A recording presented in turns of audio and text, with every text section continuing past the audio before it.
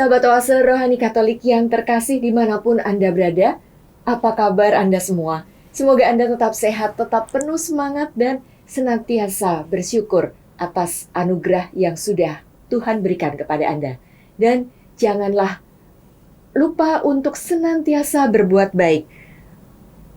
Santo Gregorius Agung mengatakan, memang sifat orang baik itu tidak lupa memperhatikan kesejahteraan orang lain. Ya, sahabat Oase Rohani Katolik yang terkasih, senang sekali saya Bernadette Esther bisa hadir dalam acara Oase Rohani Katolik edisi hari ini dalam hari Minggu biasa ke-18. Kita akan mendengarkan sabda Tuhan melalui kitab Keluaran, lalu juga dari surat Rasul Paulus kepada jemaat di Efesus dan Injil Suci menurut Yohanes. Kita juga akan mendengarkan renungan yang akan diberikan oleh Romo Hieronymus Sridanto Aribowo Nata Antaka PR. Mari kita sapa Romo dulu. Apa kabar Romo Danto? Luar biasa Mbak Esther, selamat berjumpa kembali di dalam ORK ini. Saya juga mau menyapa seluruh sahabat ORK, selamat jumpa kembali.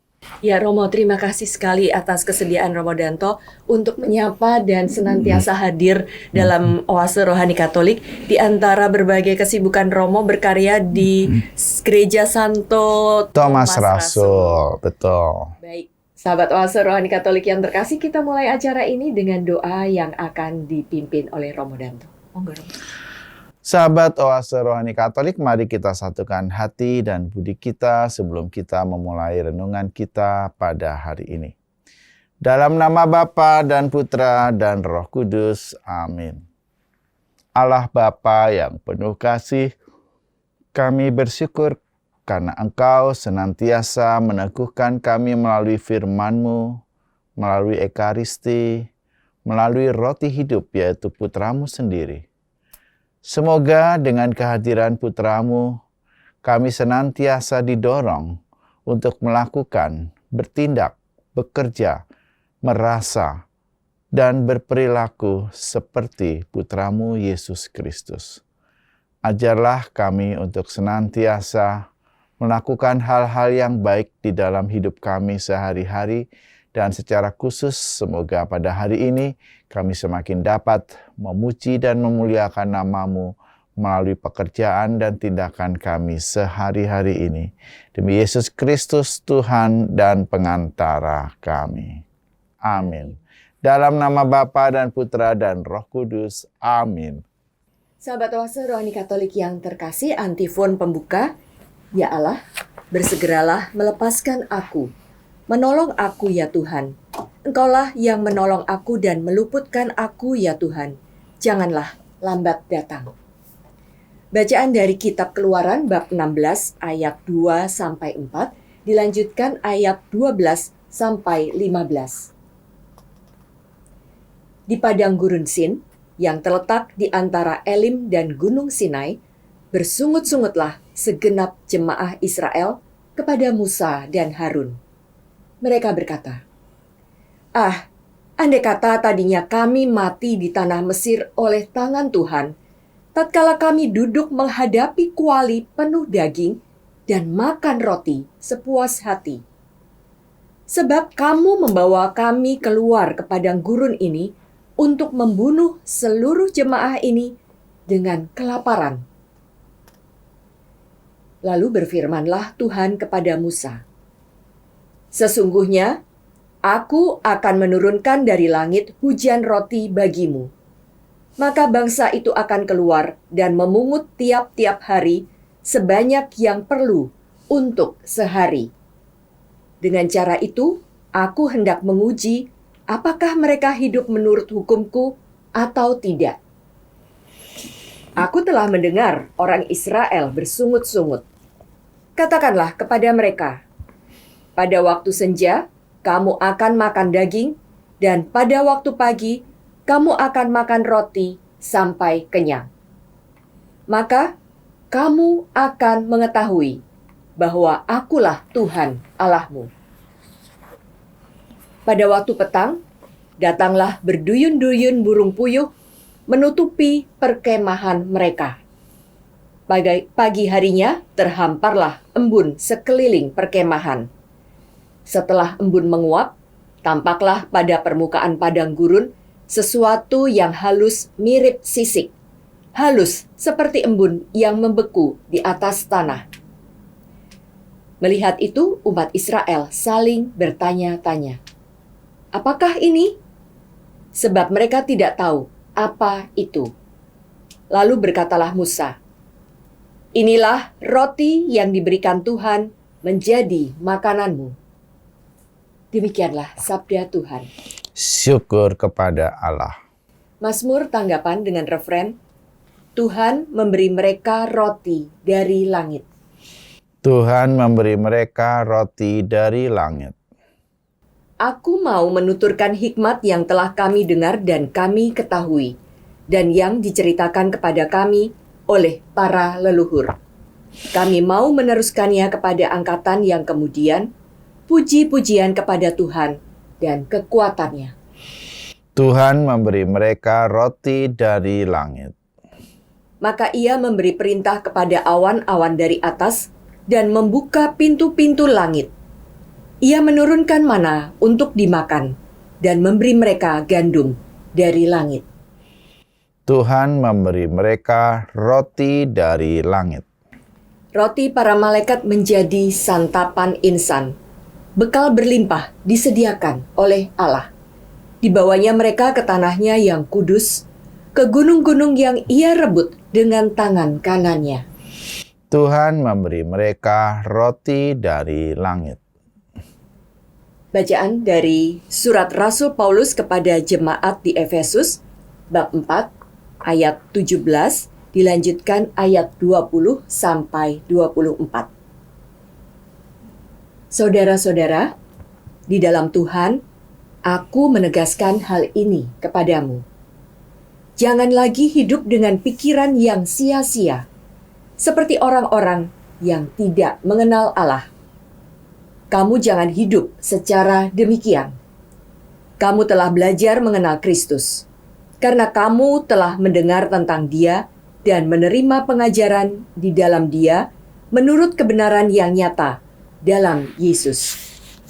Maka, sehubungan dengan kehidupanmu yang dahulu, kamu harus menanggalkan manusia lama yang menemui kebinasaan oleh karena nafsu yang menyesatkan, supaya kamu dibaharui di dalam roh dan pikiranmu.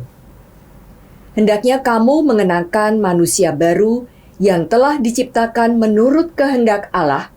Hendaklah kamu hidup di dalam kebenaran dan kekudusan yang sesungguhnya. Demikianlah sabda Tuhan. Syukur kepada Allah.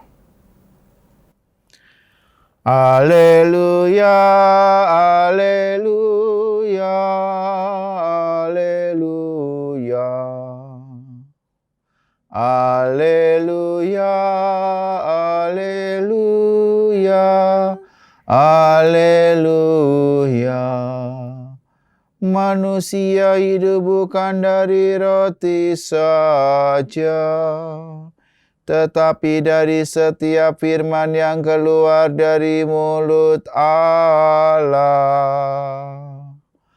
Haleluya, haleluya, haleluya. Tuhan bersamamu dan bersama rohmu. Inilah Injil suci menurut Santo Yohanes. Terpujilah Kristus. Di seberang danau Galilea, ketika orang banyak melihat bahwa Yesus tidak ada di situ, dan murid-muridnya juga tidak, mereka naik ke perahu-perahu lalu berangkat ke Kapernaum untuk mencari Yesus. Ketika orang banyak menemukan Yesus di seberang laut itu, mereka berkata kepadanya, "Rabi, kapan engkau tiba di sini?" Yesus menjawab mereka, "Sesungguhnya aku berkata kepadamu, kamu mencari aku bukan karena kamu telah melihat tanda-tanda, melainkan karena kamu telah makan roti itu dan kamu kenyang. Bekerjalah, bukan untuk makanan yang dapat binasa, melainkan untuk makanan yang bertahan sampai kepada hidup yang kekal, yang akan diberikan Putra Manusia kepadamu. Sebab dialah yang telah dimeteraikan Allah Bapa. Lalu kata mereka kepadanya, apakah yang harus kami lakukan supaya kami mengerjakan pekerjaan-pekerjaan yang dikehendaki Allah? Jawab Yesus kepada mereka, inilah pekerjaan yang dikehendaki Allah, yaitu hendaklah kamu percaya kepada Dia yang telah diutus Allah. Sebab itu, kata mereka kepadanya, tanda apakah yang engkau lakukan supaya kami dapat melihatnya dan percaya kepadamu? Pekerjaan apakah yang engkau lakukan? Nenek moyang kami telah makan mana di padang gurun, seperti ada tertulis mereka diberinya makan roti dari surga. Lalu kata Yesus kepada mereka, sesungguhnya aku berkata kepadamu, bukan Musa yang memberi kamu roti dari surga, melainkan Bapa-Ku lah yang memberi kamu roti yang benar dari surga. Karena roti yang dari Allah ialah roti yang turun dari surga dan yang memberi hidup kepada dunia. Maka kata mereka kepadanya, Tuhan, berilah kami roti itu senantiasa. Kata Yesus kepada mereka, Akulah roti kehidupan. Siapa saja yang datang kepadaku, ia tidak akan pernah lapar lagi. Dan siapa saja yang percaya kepadaku, ia tidak akan pernah haus lagi. Demikianlah sabda Tuhan. Terpujilah Kristus.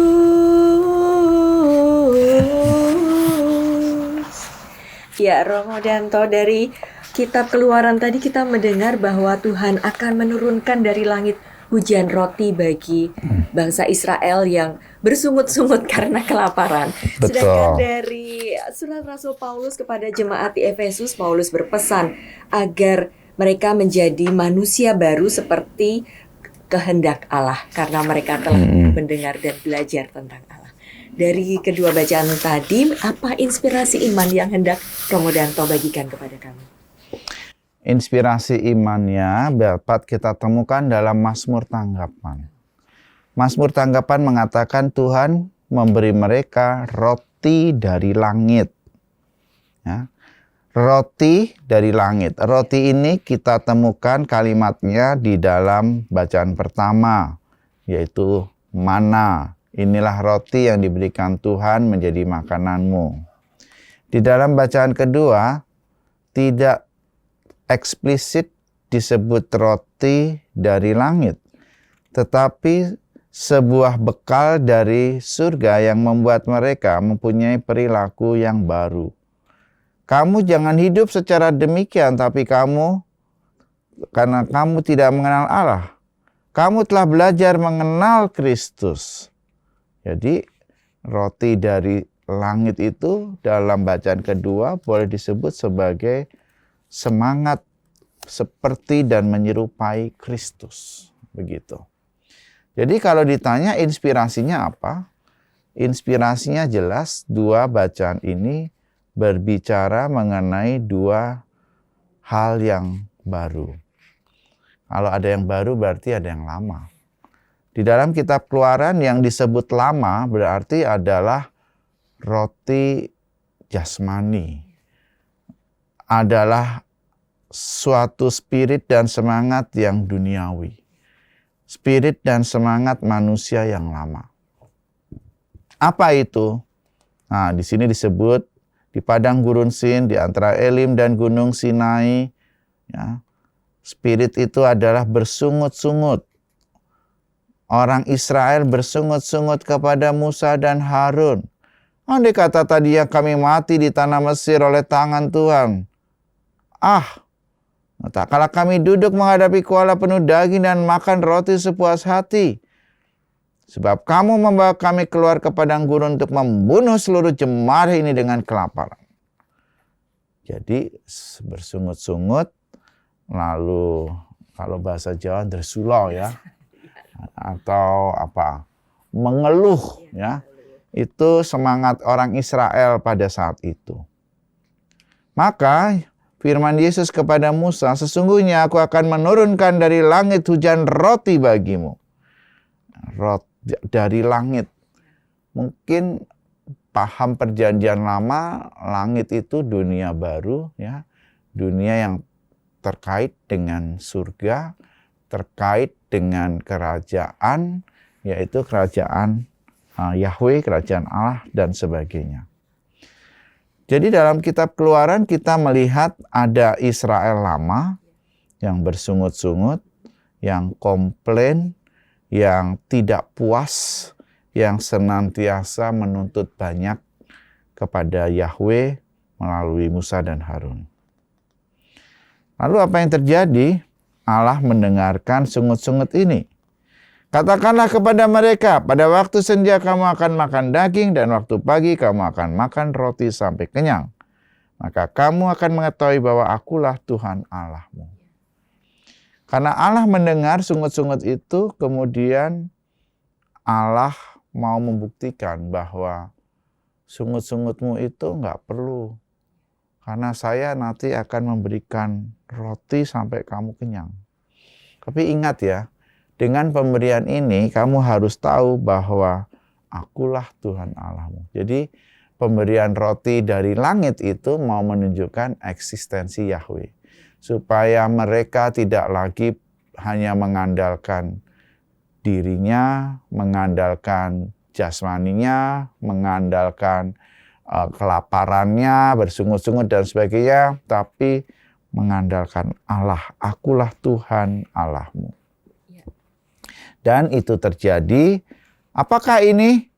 Orang berduyun-duyun pada waktu petang sehingga burung-burung puyuh menutupi perkemahan mereka dan mereka makan daging. Sedangkan pada pagi hari embun menguap, tampaklah pada permukaan gurun sesuatu yang mirip sisik halus seperti embun yang membeku. Apakah ini? Inilah roti ya, yang kemudian mereka sebut sebagai manna. Dan sejak itu orang Israel perjanjian lama semakin mengenal dan mengetahui akulah Tuhan Allahmu, Yahweh.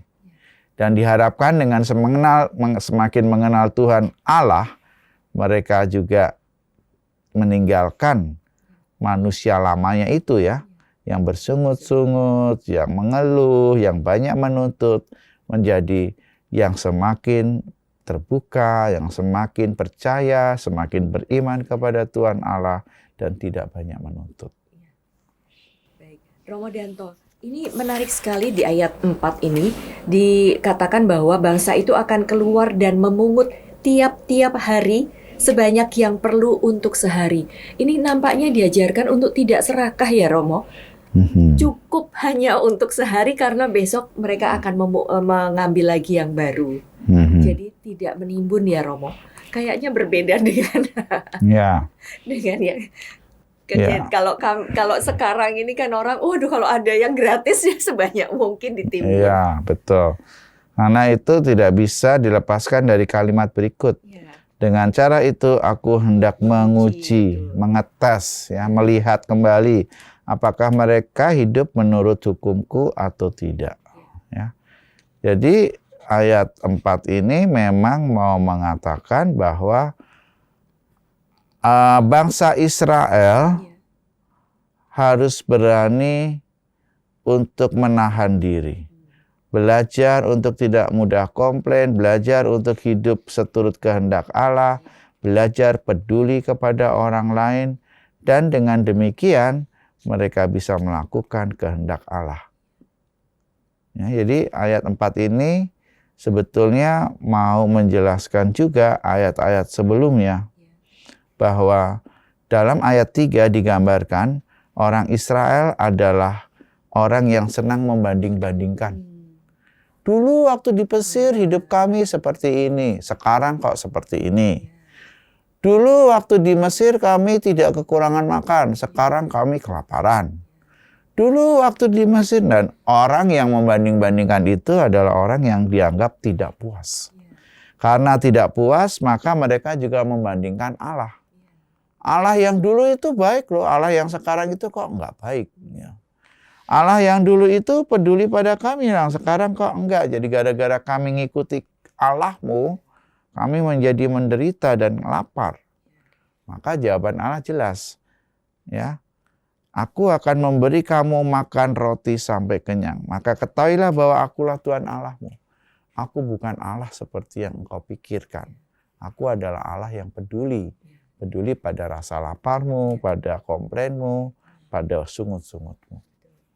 Sama seperti yang diucapkan Rasul Paulus, karena kita kalau belum mengenal Allah ya kita hidupnya juga bersungut-sungut ya Romo. Tetapi kalau kita sudah mengenal Tuhan, mendengar tentang Dia, menerima pengajarannya, tentu saja kita tidak akan cepat komplain atau cepat menyerah, karena bersungut-sungut itu kan reaksi spontan ya Romo, dari ketidakpuasan di dalam diri karena menghadapi sesuatu yang tidak sesuai dengan apa yang diharapkan. Ya, betul. Jadi Rasul Paulus menggunakan istilah manusia baru untuk menyebut itu.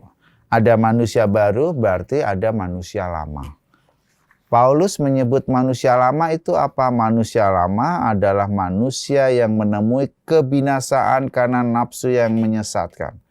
Berorientasi pada hidup jasmani, pada duniawi. Ya. Tetapi Paulus mengajak semua jemaatnya, khususnya jemaat di Efesus, untuk mengenakan manusia baru.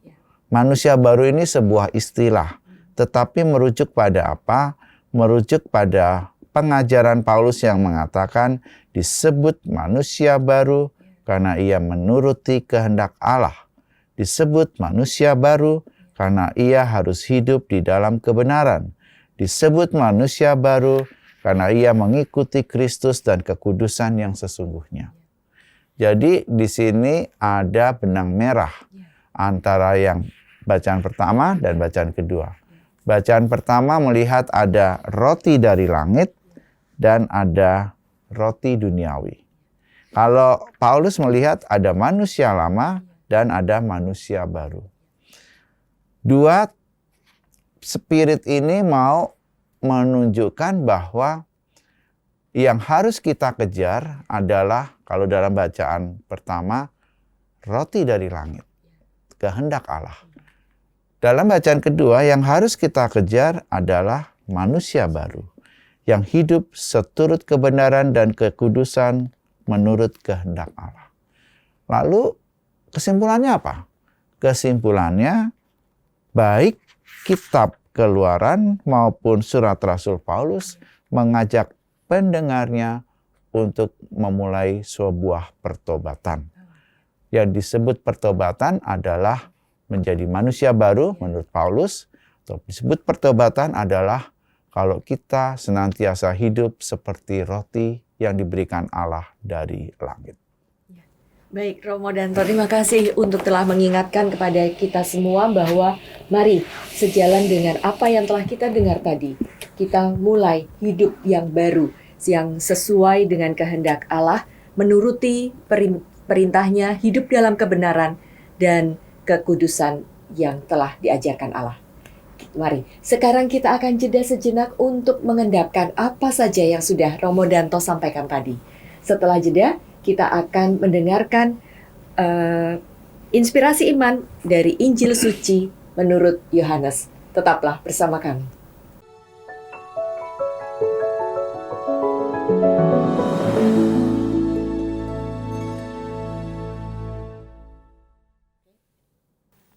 Sahabat Oase Rohani Katolik yang terkasih, terima kasih Anda masih bersama kami, Romo Hieronimus Ridanto Aribowo Nata Antaka PR, dan saya Bernadette Esther. Bila Anda punya pertanyaan, hendak sharing iman atau hendak mengajukan usul, Anda bisa menghubungi kami melalui email dengan alamat orkkaj2021@gmail.com atau menghubungi melalui WA dengan nomor 0881 0251 33438. Nah, sekarang mari kita lanjutkan perbincangan rohani kita dan kita akan mendengarkan inspirasi iman dari Injil Suci menurut Yohanes. Romo Danto, Yohanes menulis bahwa Tuhan mengatakan barang siapa datang kepadaku, ia tidak akan lapar lagi. Dan barang siapa percaya kepadaku, ia tidak akan haus lagi. Apa inspirasi iman dari Injil Yohanes ini, Romo? Sebetulnya kalau kita lihat tadi bacaan pertama, Mazmur tanggapan, dan bacaan kedua, ada benang merah yang terkait dengan bacaan Injil hari ini. Di mana benang merahnya? Misalnya, dalam kitab Keluaran mereka menggunakan ada roti dari langit. Ya. Lalu dalam Mazmur tanggapan juga roti dari langit. Dalam Rasul Paulus kepada jemaat di Efesus menggunakan manusia baru, gitu ya. Dan kita melihat di dalam Injil Yohanes digunakan dua istilah yang baru, yaitu roti dari surga dan roti kehidupan. Apa dan siapa itu roti kehidupan? Roti kehidupan adalah Yesus sendiri. Kata Yesus kepada mereka, "Akulah roti kehidupan. Siapa saja yang datang kepadaku, ia tidak akan pernah lapar lagi. Dan siapa saja yang percaya kepadaku, ia tidak akan pernah haus lagi." Pertanyaannya, bagaimana penjelasan roti kehidupan itu adalah Yesus?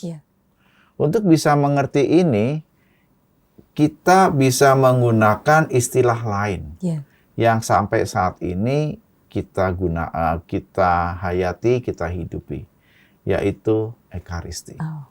Roti kehidupan atau pribadi Yesus, ya, kita hayati di dalam sakramen Ekaristi. Pertanyaannya, mengapa Ekaristi? Kalau kita melihat sakramen Ekaristi, ada dua fokus di sana. Yang pertama disebut dengan liturgi sabda. Dalam liturgi sabda kita melihat Yesus sebagai firman yang hidup. Seperti dalam Yohanes 1, ya. Firman telah menjadi manusia. Ya, pada awal mulanya adalah firman. Sehingga liturgi sabda adalah firman yang hidup. Roti yang menghidupkan karena melalui firman-Nya Yesus hadir, Yesus ada di tengah-tengah kita.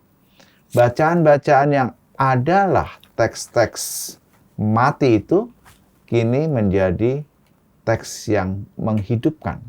Bukan hanya teks yang hidup, tetapi juga menghidupkan rohani kita. Yang kedua, di dalam sakramen Ekaristi ada meja. Kalau tadi ada firman yang hidup di dalam liturgi sabda, ya, melalui meja sabda, mimbar sabda. Maka yang kedua adalah liturgi Ekaristi. Di dalam liturgi Ekaristi ada meja altar, dan di sanalah kemudian roti Ekaristi itu dikonsekrasikan dan menjadi roti yang hidup, Yesus sendiri. Roti Ekaristi itulah yang memberi kehidupan pada setiap orang yang mengimaninya. Maka relevan dengan kata-kata Yesus ini. Setiap orang yang percaya kepadaku tidak akan pernah haus lagi. Setiap orang yang datang kepadaku tidak akan pernah lapar lagi. Ekaristi membuat kita semakin mengerti dan memahami siapa itu Yesus Sang Roti Kehidupan. Karena dengan Ekaristi kita percaya, kita datang, kita tidak lapar, dan kita tidak haus lagi. Maka Kalau melihat benang merahnya, Ya. sangat jelas di sini, Ekaristi menjadi pusat hidup setiap orang yang mengimani Tuhan Yesus. Dalam dokumen gereja sangat jelas, Sacrosanctum Concilium mengatakan, puncak hidup beriman Kristiani ditemukan ketika kita mengalami hidup dalam Ekaristi. Karena Ekaristi adalah sumber sekaligus puncak hidup beriman Kristiani. Kira-kira begitu, Ibu Bey. Ya, Romo, tadi di ayat yang di depan, ketika di ayat 26, ketika orang banyak menemukan Yesus, lalu mereka bertanya, kapan Rabi, kapan engkau tiba di sini? Lalu Yesus ini mengatakan bahwa kamu mencari aku bukan karena kamu telah melihat tanda-tanda, melainkan karena kamu telah makan roti itu dan kamu kenyang. Ini seakan-akan teguran ya Romo, emang kalau kita tuh melihat Tuhan maunya itu semua serba yang tubuh saja ya Romo. Padahal Tuhan sudah memberikan tanda, tapi tanda bahwa yang di mukjizat-mukjizat itu tidak dilihat bahwa memang itu adalah tanda kebesaran Tuhan, tanda kasih sayang Tuhan kepada kita, tetapi yang dicari Yesus kasih makan lagi, Yesus kasih makan lagi. Bolak-balik hanya tentang kebutuhan duniawi saja yang dipikirkan orang-orang. Ya, bagi orang-orang Yahudi tanda itu penting. Ya. Tanda itu ditangkap dengan indera. Ya. Tanda itu dilihat dengan mata, didengar dengan telinga, dirasakan dengan kulit, dan itu tanda itu menjadi peristiwa yang nyata, terlihat, terukur, jelas, tangible. Ya. Tetapi dalam peristiwa iman, kerap kali tanda-tanda itu memang betul diwujudkan secara indrawi, tetapi juga harus direfleksikan secara intangible. Nah, inilah intangible itu tidak kelihatan. Bisa diukur juga ya Romo. Direfleksikan. Direfleksikan. Maka kalau Yesus mengatakan, kamu mencari aku bukan karena kamu telah melihat tanda, melainkan karena kamu telah makan roti itu dan kamu kenyang. Mereka lebih percaya pada tanda yang kelihatan daripada percaya pada iman yang kerap kali tidak kelihatan. Kalau demikian, apa maksud dari kalimat ini? Kalimat ini mau mengatakan bahwa Yesus mengajak murid-muridnya untuk tidak mudah terjebak pada hal-hal yang terlihat, pada hal-hal yang tangible, pada hal-hal yang dapat ditangkap dengan indrawi. Yang ditangkap dengan indrawi itu penting. Tetapi bagi Yesus yang lebih penting adalah apa yang ada di belakang makna yang terlihat dengan indrawi ini. Misalnya, tadi saya sudah katakan Ekaristi. Orang kerap kali, apa sih Tuhan Yesus masa dimakan dagingnya? Emangnya kanibal? Nah, kita kalau jatuh dalam pengertian itu ya kita seperti murid-murid Tuhan ini gitu ya. Melihat tanda ya.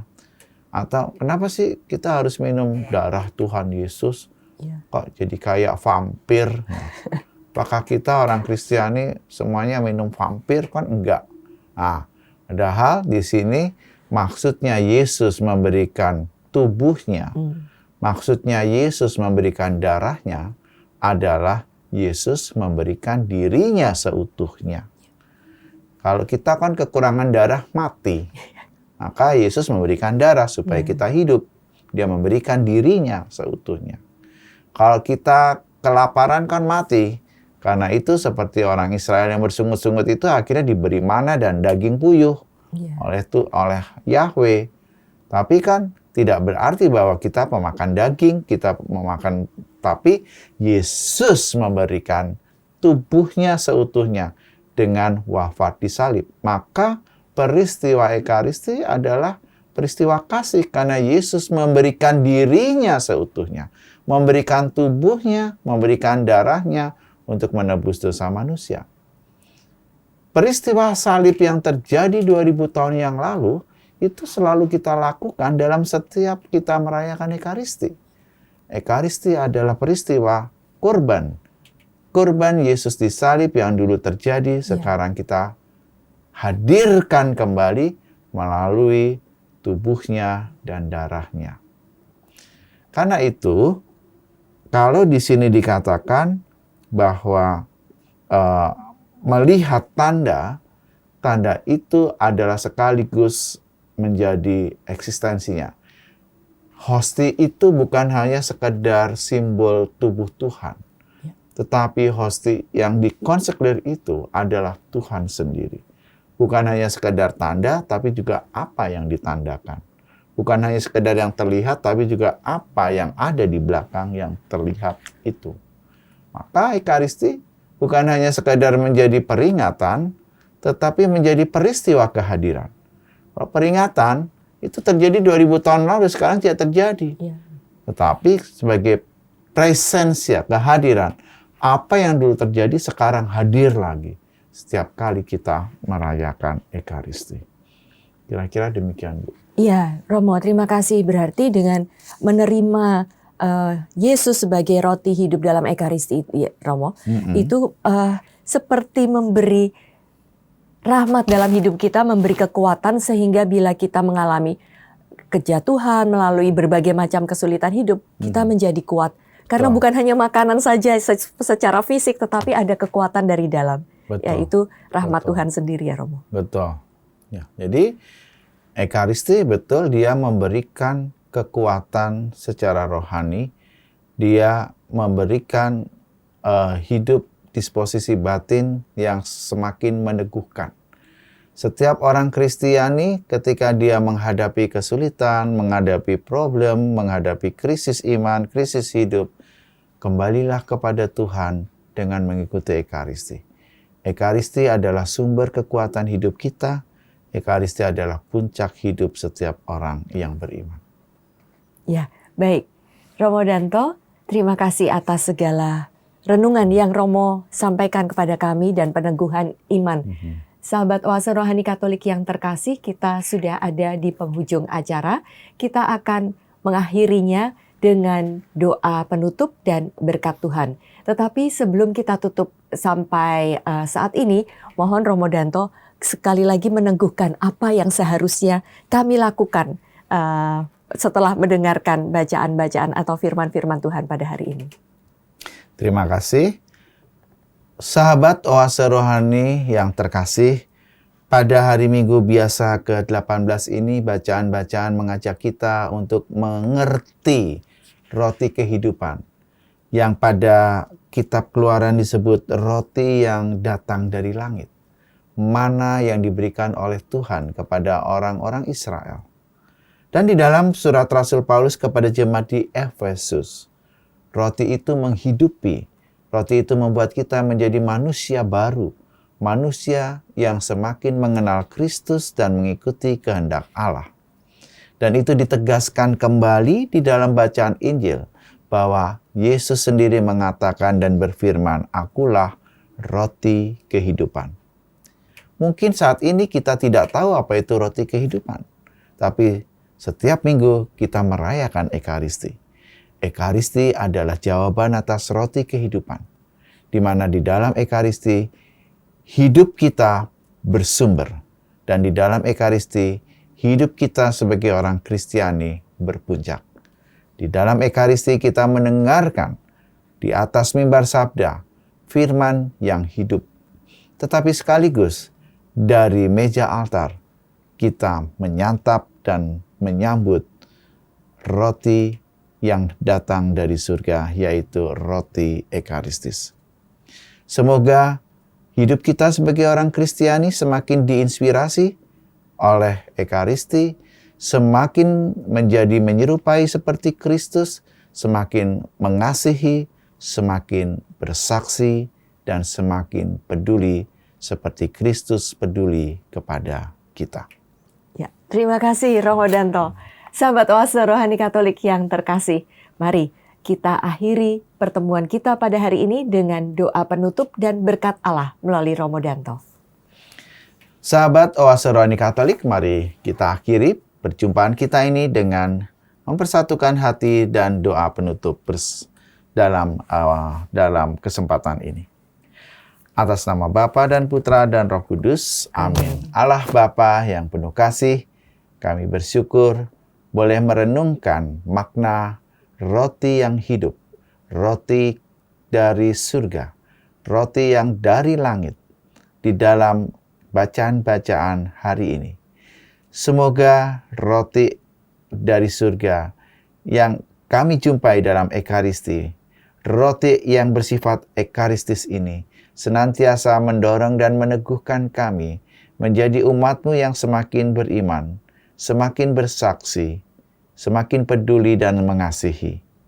Allah yang penuh kasih, semoga dengan renungan ini kami boleh mengalami sukacita dan melihat peristiwa hidup kami sehari-hari sebagai peristiwa iman, peristiwa ekaristis, peristiwa yang semakin membuat kami menyerupai Putra-Mu, Yesus Kristus.